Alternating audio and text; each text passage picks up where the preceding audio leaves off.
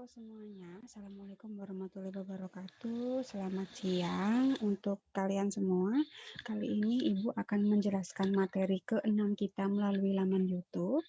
Ya, jadi mungkin nanti kalau lewat Zoom khawatirnya ada yang terputus atau hilang kontak, masih bisa mengikuti penjelasan dari materi ke-6 ini. Baik, Ibu akan langsung share screen ya. Untuk materi ke-6 kita yaitu lanjutan terkait dengan materi HACCP ya. Atau di sini masih ingat Hazard Analysis Critical Control Point ya. Oke. Jadi geser dulu. Oke. Seminggu lalu Ibu menjelaskan terkait apa itu HACCP dan pentingnya dia di dalam suatu penerapan atau suatu legalitas dari ISO. Di mana untuk penerapan ini, hampir semua industri yang berhubungan dengan proses yang memproduksi produk, utamanya di sini berarti produk yang berhubungan dengan hasil atau pengolahan hasil ternak, ya harus mengikuti ini, nah agar dia bisa berlabel ISO. Ya, ada di sini pedoman penerapan sistem HACCP, ya, di mana pelaksanaan identifikasi bahaya dilakukan, juga ada penilaian, ada pelaksanaan selanjutnya dalam merancang dan menerapkan sistem HACCP. Ya, di mana harus dipertimbangkan ada beberapa hal dalam penentuan sistem HACCP. Yang pertama adalah bahan bakunya apa sih yang digunakan dalam proses produksi tersebut. Walaupun memang pengolahan hasil ternak itu banyak ya nak ya, tapi kan ternak itu juga bermacam-macam. Misalkan ruminansia sekalipun, ya, tapi kan dia dari dagingnya saja bergantung tingkat lemaknya, ya, tingkat besar otot karkasnya itu semua setiap jenis berbeda. Ya, mau ruminansia jenis sapi, kerbau, ya, bahkan dari sapi sendiri dengan jenis yang berbeda juga akan menghasilkan karkas yang berbeda, ya, begitu. Kemudian, bahan tambahan apa sih yang digunakan dalam menghasilkan produk? Kemudian pembuatan pangan yang baik yang seperti apa yang dilakukan oleh suatu pabrikasi. Yang keempat, proses pengolahan dalam mengendalikan bahaya. Ya, jadi ketika memang sebelumnya sistem ini memang dirancang, yang pertama harus tahu dulu titik bahayanya itu di mana, kemudian apa yang harus dilakukan untuk mengendalikan bahaya tersebut. Yang kelima, penggunaan yang mungkin dari produk akhir, misalkan setelah dilakukan proses produksi masih ada yang namanya hasil samping dari produk tersebut. Kira-kira masih bisa digunakan nggak? Berbahaya atau tidak? Dan yang keenam, kategori konsumen yang berkepentingan, ya, berupa bukti-bukti epidemis yang berkaitan dengan keamanan pangan. Jadi, ketika suatu pabrik yang baik itu adalah ketika dia menghasilkan produk, produk itu harus diklasifikasikan berdasarkan bisa jadi tentang umur, ya, tentang umur, kemudian juga apakah produk yang dihasilkan itu mungkin bisa alergi, bisa mengakibatkan alergi untuk beberapa orang tertentu. Jadi, ya, jadi memang pelabelan itu harus dilakukan sebaik mungkin, sejelas mungkin, dengan bukti-bukti epidemis yang ada, atau misalkan ada dalam satu kemasan, misalkan ya, Ibu ada nggak ya? Bayangkan ini adalah produk ya, produk dari susu misalkan. Setidaknya bukti-bukti epidemis dalam bentuk kandungan gizinya itu harus dipampangkan nyata. Apa yang ada di dalam produk dengan apa yang disampaikan di dalam kemasan itu harus sama. Nah, itu yang namanya bukti epidemis. Oke. Kemudian dalam penerapan sistem HACCP, kita perlu fokus pada titik kendali kritis. Ya, berbicara tentang titik kendali kritis, maka kita harus tahu titik-titik mana yang kira-kira menimbulkan bahaya saat proses produksi.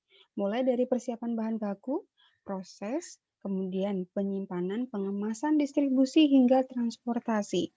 Harus kita kumpulkan. Ya, semua bentuk-bentuk itu harus kita kumpulkan.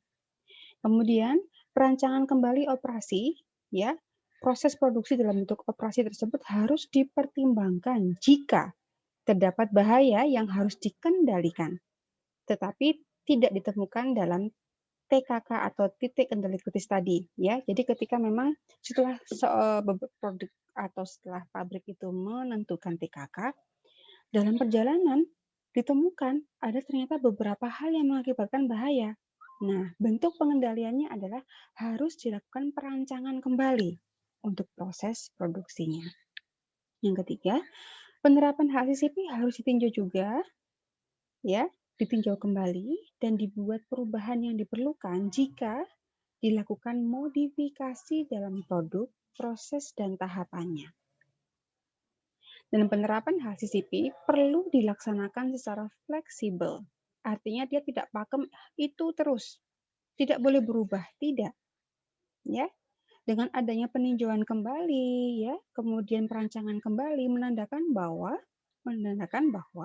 dokumen HACCP itu dapat dilaksanakan secara fleksibel.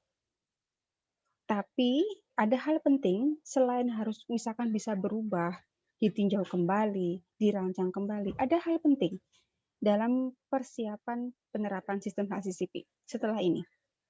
Ya. Jadi awal untuk melakukan atau menerapkan sistem HACCP yang pertama adalah pembentukan tim. Siapa yang benar-benar bertanggung jawab dalam penerapan HACCP ini? Yang pasti tidak semua, yang pasti dari semua jajaran operasional yang ada di suatu produsen ya, atau di dalam suatu proses, tidak semua yang memang menjadi tim HACCP.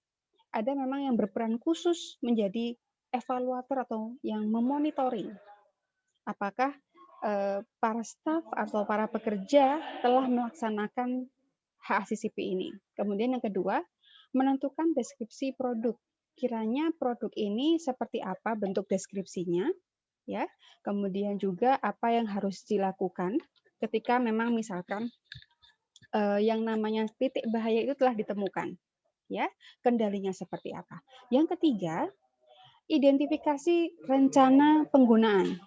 Ya, ketika memang akan dilakukan atau ketika akan diterapkan, bagaimana bentuk proses pelaksanaannya? Apa dulu yang disiapkan? Ya. Yang keempat, penyusunan bagian alir pelaksanaan HACCP. Nah, ini dalam penyusunan ini pastinya adalah ada pedoman. Sebelumnya ada pedoman tertulis dijelaskan dulu. Tim ini pekerjaannya apa? Setiap tim itu ada tupoksi, ya, tugas pokok dan fungsi. Nah, setiap tugas-tugas yang istilahnya telah ditasbihkan ini, ya, telah disahkan ini, mereka punya pekerjaan nih. Nah, pekerjaan ini mulainya gimana? Direncanakan dulu. Nah, setelah direncanakan, siapa yang duluan bekerja nih? Laporannya kemana? Nah, itu dibuatlah yang namanya bagan alir pelaksanaan HACCP. Setelah bagan alir dibuat, dirancang, kemudian diflorkan ke pabrik. Lantas yang kelima, konfirmasi bagan alir di lapangan, dilaksanakan atau tidak. Nah, di sini ada beberapa tim khusus yang memang tugasnya adalah mengkonfirmasi apakah setiap pekerja yang ada di pabrik tersebut melaksanakan HACCP. Ya. Dan yang ini yang paling penting. Poin ke-6 ini yang paling penting. Dari sekian banyak kita kumpulkan yang namanya dokumentasi atau kiranya titik-titik kendali kritis yang mana, ya, kita perlu mencatatnya.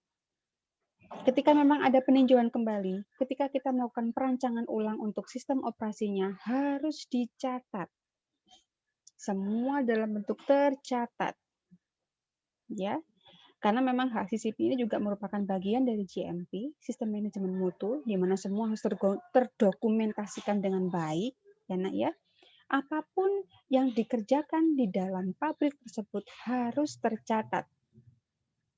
Ya. Baik itu untuk bahaya potensial, kemudian yang berhubungan dengan setiap tahapan, pengadaan suatu analisa bahaya, dan menyarankan berbagai pengukuran untuk mengendalikan bahaya-bahaya yang teridentifikasi. Baik yang telah dibentuk pedoman, telah disahkan, maupun ternyata ada perubahan setelah pelaksanaan.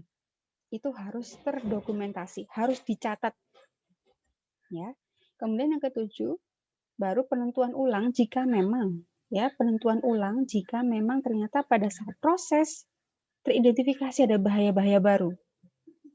Ya. Kemudian Setelah ada yang namanya kita bilang, oh iya, menggunakan alat ini bahaya. Itu poin ke-7. Contoh ya, 7 adalah penentuan TKK, penentuan titik kendali kritis. Kita katakan bahwa misalkan di perusahaan tersebut, di pabrik tersebut menyatakan bahwa menggunakan mesin giling ini berbahaya. Apakah kita berarti tidak menggunakannya? Tentu masih menggunakan. Tapi sampai di mana batasan kritis tersebut? Nah, di nomor 8 ini mulai digunakan, mulai diaplikasikan penentuan batasan kritis dari teknik titik kendali kritis. Ya, jadi penggunaan mesin ini berbahaya jika penggunaannya telah melampaui batas penggilingan lebih dari 10 kilo per hari. Nah, itu batasannya. Jadi dikatakan bahwa penggunaan alat ini berbahaya. Batasannya sampai berapa? Begitu. Jadi ada batasannya. Ada uji cobanya terlebih dahulu baru mengatakan bahwa ini berbahaya jika. Nah, itu ada batasannya, ya. Jadi harus dibaca betul setiap kalau misalkan kalian nanti suatu saat bekerja di suatu pabrik, baca betul bagaimana manual prosedur alat yang akan kita gunakan atau seperti peraturan-peraturan, baik itu tertulis maupun tidak tertulis, kalian harus tahu dulu. Nah, kalau misalkan kalian bekerja di suatu pabrik, apalagi yang berhubungan dengan pengolahan.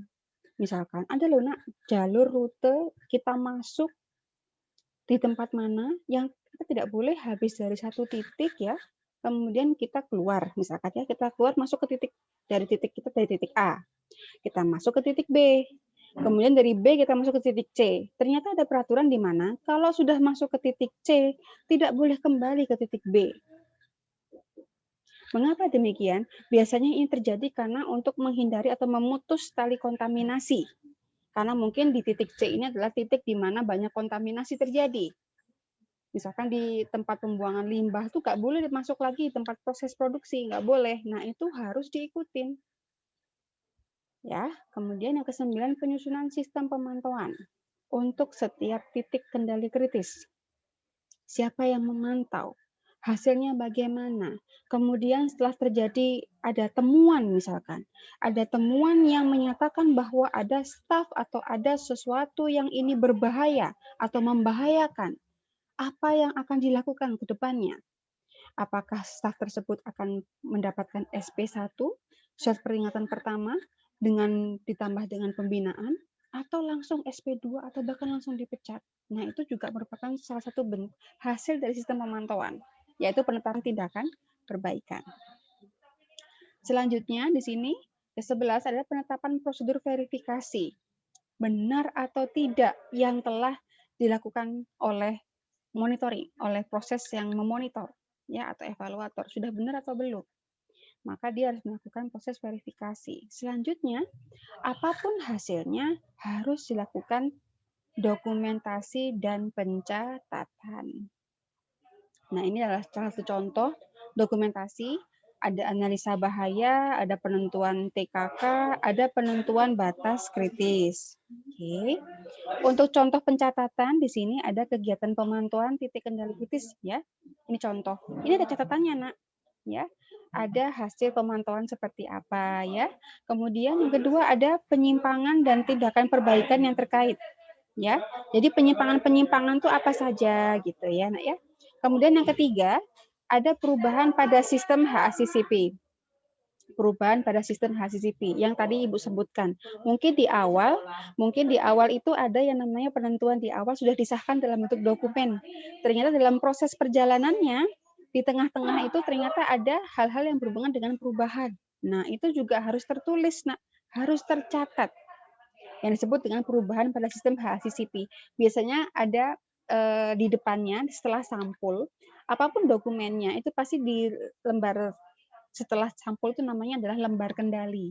Kalau untuk dokumen penjaminan mutu, ya entah itu HACCP, GMP, GLP, GHP, ya itu semua ada lembar kendali yang menunjukkan bahwa dia telah dilakukan perevisian berapa kali, ya itu ada nomornya. Nah, penomoran itu penting, penomoran semua dokumen itu penting karena memang ada maksudnya. Nah, oke. Kemudian juga ada contoh lembaran kerja HACCP. Setelah ini Ibu akan memberikan contoh seperti apa lembar kerja HACCP. ya. Kemudian ini adalah salah satu contoh, mohon maaf tuh fotonya Ibu mengganggu ini kayaknya. Oke. Diagram pohon untuk keputusan penentuan TKK sekarang. Nah, ini ada jalurnya, Nak ya. Oke, yang pertama, adakah tindakan pengendalian misalkan? Ya, setelah ini pohon keputusan penentuan TKK ini dilakukan setelah poin 1 sampai poin 12 telah dilakukan. Ya, setelah poin 1 sampai poin 12 dilakukan, baru menggunakan pohon keputusan penentuan TKK ini. Ya, adakah tindakan pengendalian setelah ada verifikasi hingga sampai pencatatan? Nah, itu nanti ada turunannya. Jika memang iya, maka pertanyaan selanjutnya, apakah tahapan dirancang secara spesifik untuk menghilangkan atau mengurangi bahaya yang mungkin terjadi sampai tingkatan yang dapat diterima?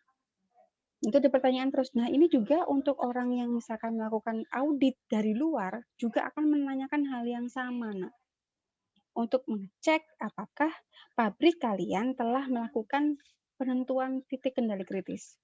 Ya, jadi ada pertanyaan. Kalau iya dia akan lanjut. Kalau misalkan memang tidak, loh kenapa? Nah, itu. Ya, seperti ini.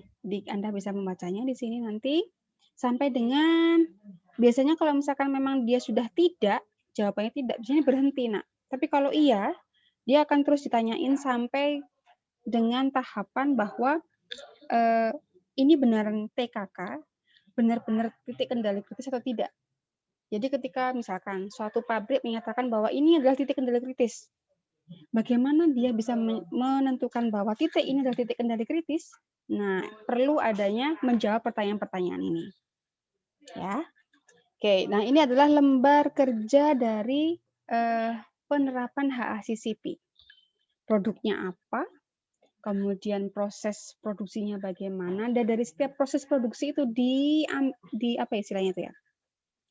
Dibahas ya. Kiranya tahapan ini bahayanya di mana, tindakan pengendaliannya apa, titik kendali kritisnya yang mana gitu ya.